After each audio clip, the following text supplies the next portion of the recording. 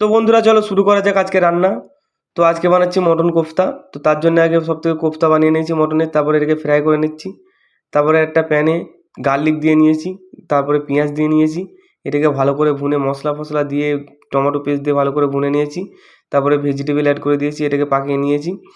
তারপরে এটাতে ফুটে গেলে আমি এটাতে মটনটা অ্যাড করে দিয়েছি। তো মটন আমার অ্যাড করে দেওয়া হয়ে গেছে। এবার এটাকে আধা ঘন্টা পাকিয়ে নিয়েছি ভালো করে। তারপরে দেখো আমার মটন কোফতা একদম রেডি হয়ে গেছে। তো তারপরে এটা রেডি হয়ে যাওয়ার পরে তারপরে বানিয়েছিলাম আমি হচ্ছে মঙ্গোলিয়ান চিকেন। আর বানিয়েছিলাম একটা ল্যামের একটা আইটেম বানিয়েছিলাম, এটা বার্গারের সাথে খাবি। তো এটা বানিয়েছিলাম। তো তারপরে এটা বানানোর পরে আমাদের জন্য ডাল বানিয়েছিলাম।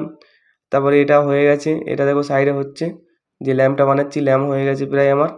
তারপরে এখানে মঙ্গোলিয়ান চিকেনটা বানিয়ে নিয়েছি ভালো করে। তারপরে ল্যাম্পটাও প্রায় আমার হয়ে গেছে শেষের দিকে, এখানে রাইস আছে। তো তারপরে এটা হয়ে গেছে, তারপরে দেখো আমার মঙ্গোলিয়ান চিকেন রেডি। তো আজকের মতো এই পর্যন্তই। যদি ভিডিওটা ভালো লাগে অবশ্যই লাইক